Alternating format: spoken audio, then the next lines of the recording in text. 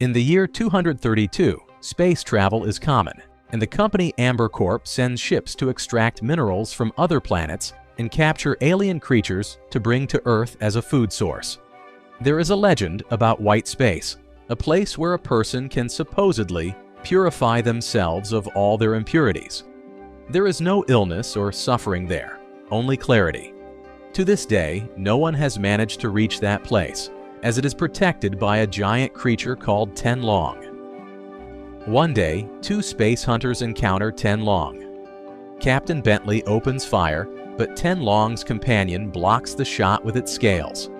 Hawthorne comes out in a special suit and aims at the weak point on the companion's neck, managing to kill it. This enrages Ten Long, who begins to chase Hawthorne while Bentley prepares to attack again.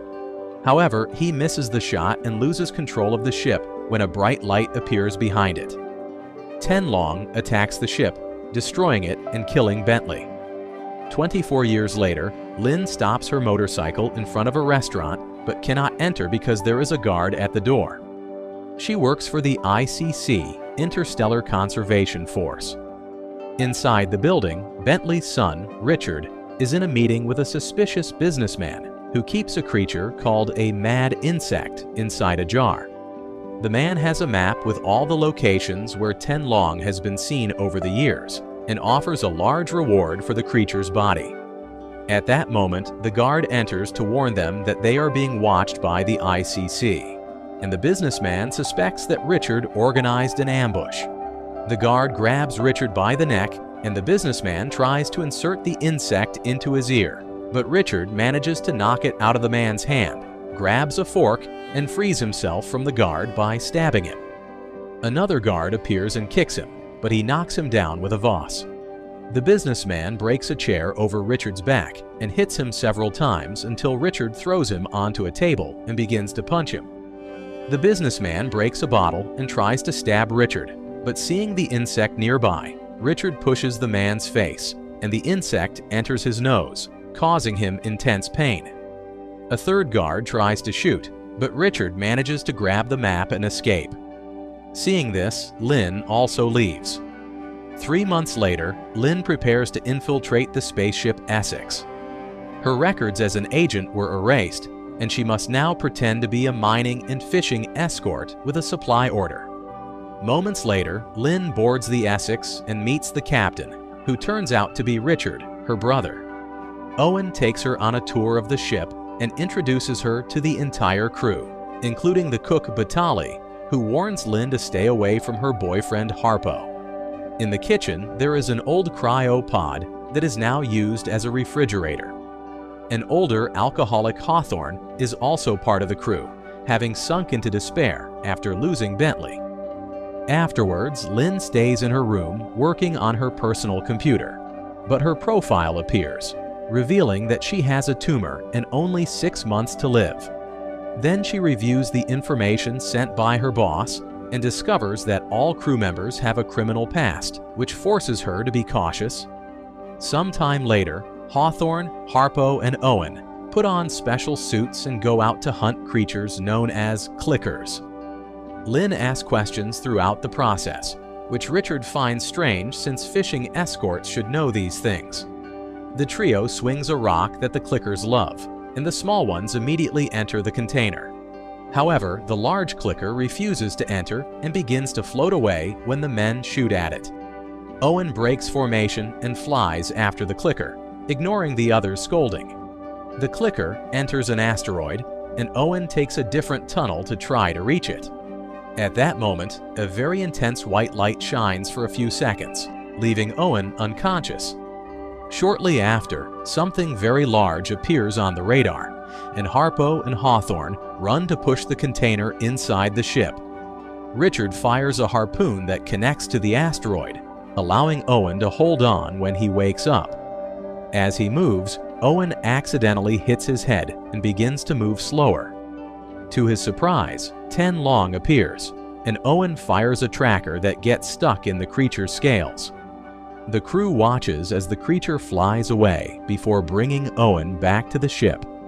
Meanwhile, Ten Long disappears into the bright light. Later, during dinner, Lynn shares the story of a ship that disappeared while tracking 10 Long. The crew laughs, thinking that white space is just a fairy tale, but Lynn presents another theory. Since clickers must follow 10 Long, she suggests that tracking the signal from the device Owen launched could double their fishing haul. However, Richard says they have been fishing for months and it is time to return home. After dinner, it is revealed that Harpo is cheating on Batali with the pilot Ragland. After finishing with her, Harpo goes to see Richard and says he would like to try the extra fishing mentioned by Lynn, as he needs the money. Richard explains that he doesn't want Lynn watching them all the time. Richard decides that they will finish that order and drop her off before trying another fishing trip. Meanwhile, Lynn sneaks into the communication room and sends a message to the ICC, unaware that her transmission is being intercepted. Hours later, Richard watches a recording of Bentley talking about 10 Long and remembers the day his father gave him a sword. He is interrupted by Ragland on the radio, who warns him that 2 small, unidentified ships are approaching. Richard runs to the bridge and tells Ragland to try to escape to throw them off, but the ships quickly block the way. Realizing they are pirates, the crew has no choice but to receive them to avoid injuries. They hide Ragland and Batali in a secret compartment, while Richard places a tracker on the cargo. He also orders everyone to hide their weapons to avoid confrontations. When the pirates enter, they immediately notice Lynn and begin to harass her. Owen tries to defend her, but is soon injured. One of the pirates cuts Owen's leg with a knife, and the pirate captain pushes Lynn against the wall. She begins to mention all the criminal codes he is violating, which makes him suspicious.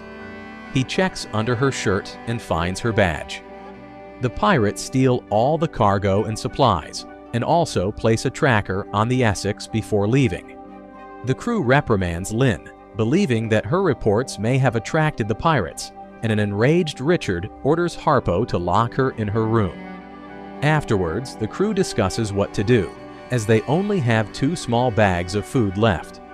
The chances of completing the fishing order are low without supplies, but they cannot return empty-handed. Richard proposes following Lynn's idea and going after 10 Long, whose head would give them enough money to retire early.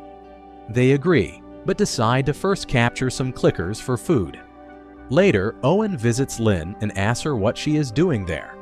Lynn explains that she is trying to find 10 Long, and that the only ship following the creature's path is the Essex. This makes Owen realize that Richard has been following 10 Long all along and confronts him, forcing him to admit that he wants revenge for his father's death.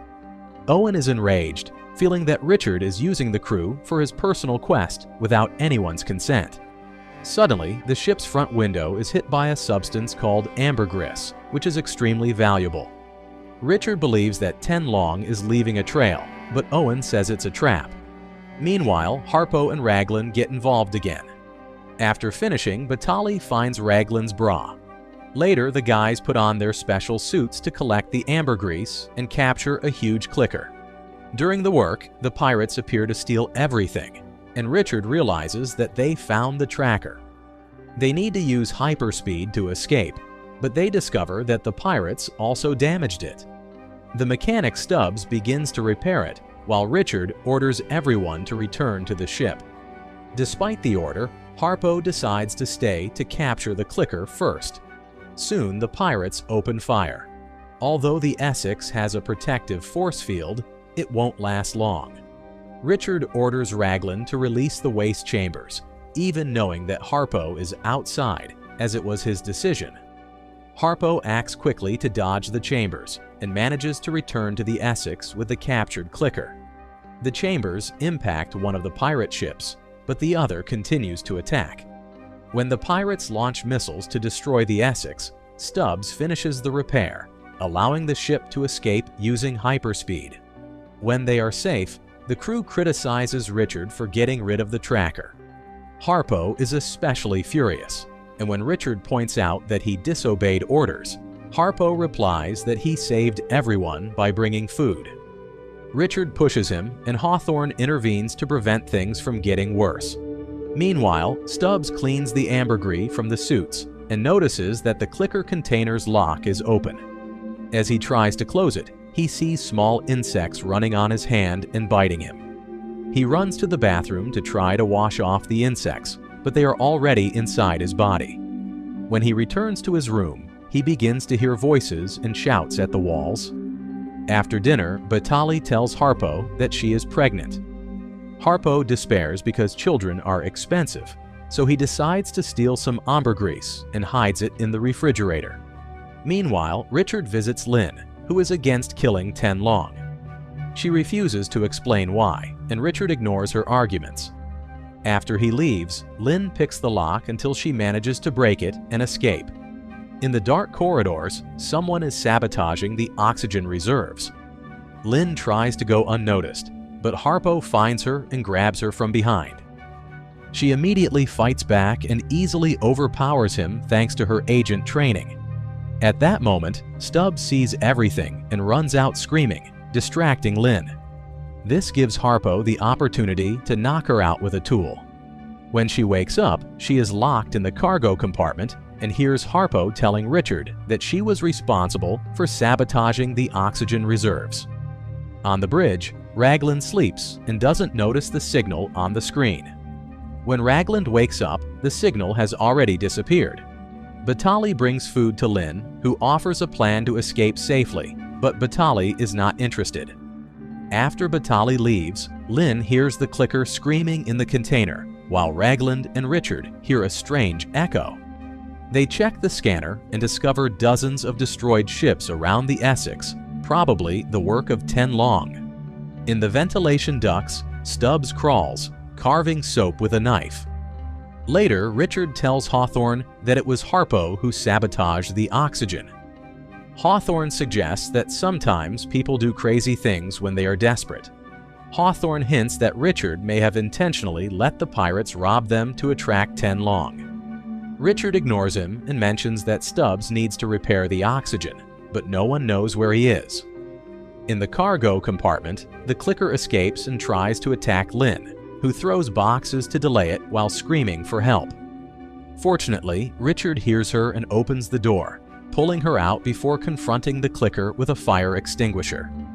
This doesn't work, and the clicker chases them down the hallway. When the clicker grabs Lynn's leg, Richard throws a container that crushes the creature, killing it. After this, Owen refuses to lock Lynn up again, and Richard says it will be Owen's responsibility.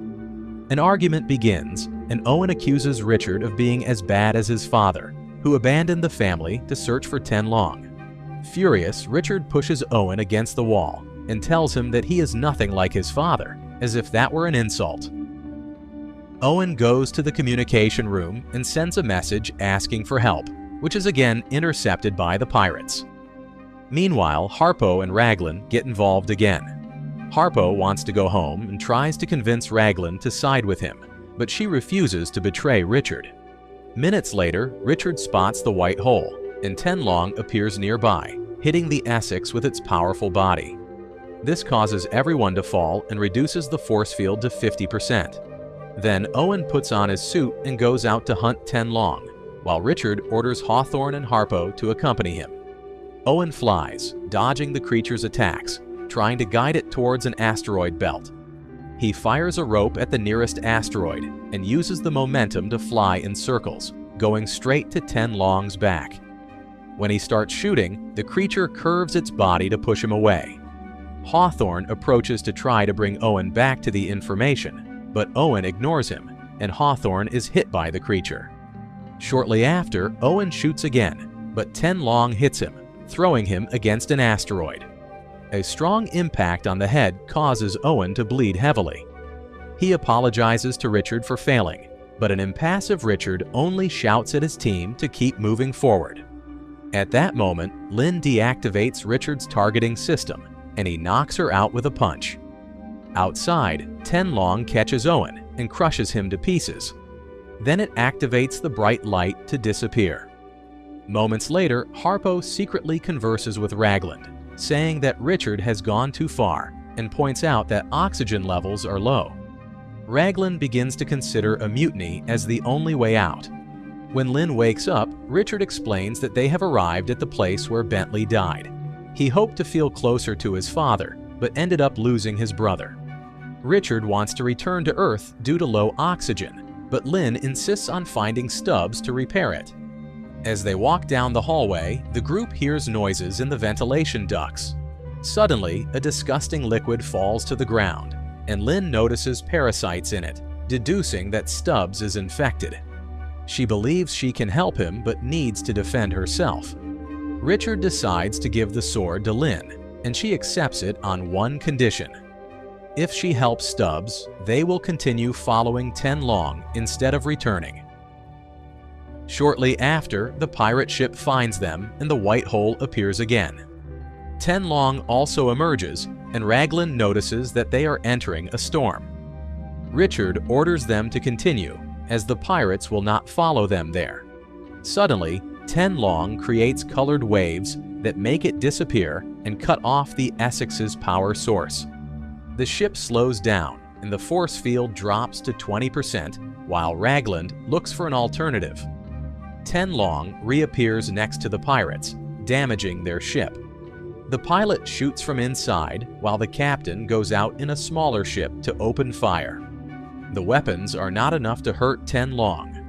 Ten Long destroys both ships before disappearing into another white hole. On the Essex, navigation fails, and Raglan tries to switch to manual control. In Harpo's room, he tries to convince Batali to participate in the mutiny plan, but she refuses because she doesn't want to work with Raglan. Harpo reminds her that neither of them knows how to pilot and that they need Raglan to escape, so they agree to work together for the baby's sake. Meanwhile, Richard checks the ship's power source and discovers that Stubbs also damaged it. At that moment, Ten Long appears and throws the destroyed pirate ship against the Essex.